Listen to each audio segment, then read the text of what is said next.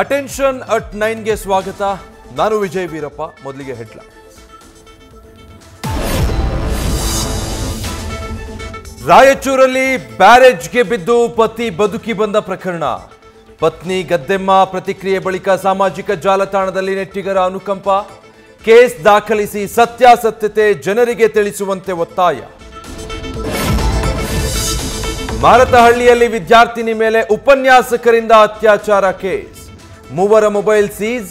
ಬೇರೆ ವಿದ್ಯಾರ್ಥಿನಿಯರಿಗೂ ಮೆಸೇಜ್ ಮಾಡಿದ್ರ ಅನ್ನೋ ಬಗ್ಗೆ ಪರಿಶೀಲನೆ.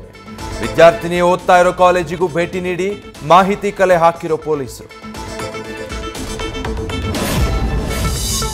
ಮೇರಿ ಎಂಬಾಕೆಯ ನಕಲಿ ದಾಖಲೆ ಸೃಷ್ಟಿಸಿ ಅಕ್ರಮವಾಗಿ ಫ್ಲಾಟ್ ಮಾರಾಟ ಆರೋಪ.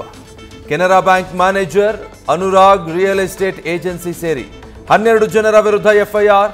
ಕೆಜೆಹಳ್ಳಿ ಠಾಣೆ ಪೊಲೀಸರಿಂದ ತನಿಖೆ. ಮಳೆ ಬಂದ್ರೆ ಮುಳುಗಡೆಯಾಗೋ ಮಾನ್ಯತಾ ಟೆಕ್ ಪಾರ್ಕ್ ರಸ್ತೆ. ಕಂದಾಯ ಇಲಾಖೆ ಅಧಿಕಾರಿಗಳಿಂದ ಅಧ್ಯಯನ ನಡೆಸಿ ವರದಿ ಸಿದ್ಧ. ಸರ್ಕಾರಕ್ಕೆ ಸಮಸ್ಯೆ ಬಗೆಹರಿಸಲು ನೀಡಿದ್ದಾರೆ ಹಲವು ಸಲಹೆ. ನ್ಯೂಸ್ ಫಸ್ಟ್ ನಿರ್ಭೀತಿಯಿಂದ ನಿಮ್ಮ ಪರವಾಗಿ.